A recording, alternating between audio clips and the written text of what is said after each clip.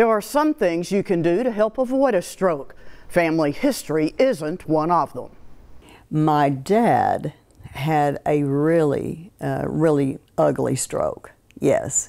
He never spoke again that you could understand. He was bedridden, and he lived 2 years. Kathy Glass had seen the effects of a stroke, but was still surprised when 7 years ago she had 2 strokes.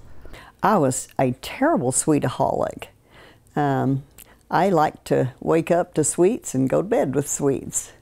Kathy's doctor told her how to avoid a 3rd stroke. He said, go on the diabetic diet, lose weight, get your A1C at 6.0 or less, and he said then you can enjoy life.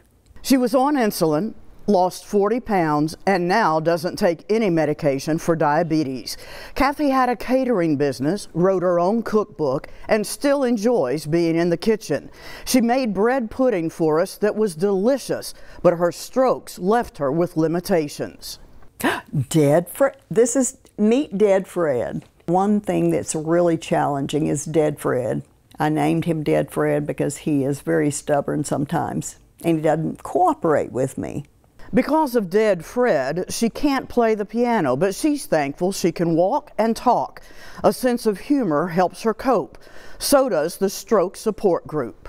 There are people there like me.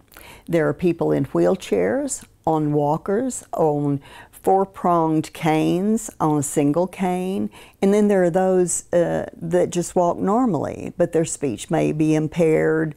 They may have a Dead Fred too. Meeting stroke specialist Catherine Conley also helped. After a stroke, most people think they should be getting the function back in this arm or the function back in this leg a lot sooner than it comes back.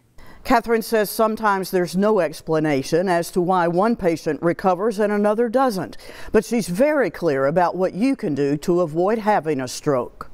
Make sure if you smoke, you quit. If you're a diabetic, watch your hemoglobin A1C. If you have high blood pressure, take your blood pressure medicine. If you have high cholesterol, take your high cholesterol medicine. All those things are things we can control. Something else we can't change is our age. As we get older, we are more at risk for having a stroke. For KTBS 3, I'm Community Projects Director Jan Elkins.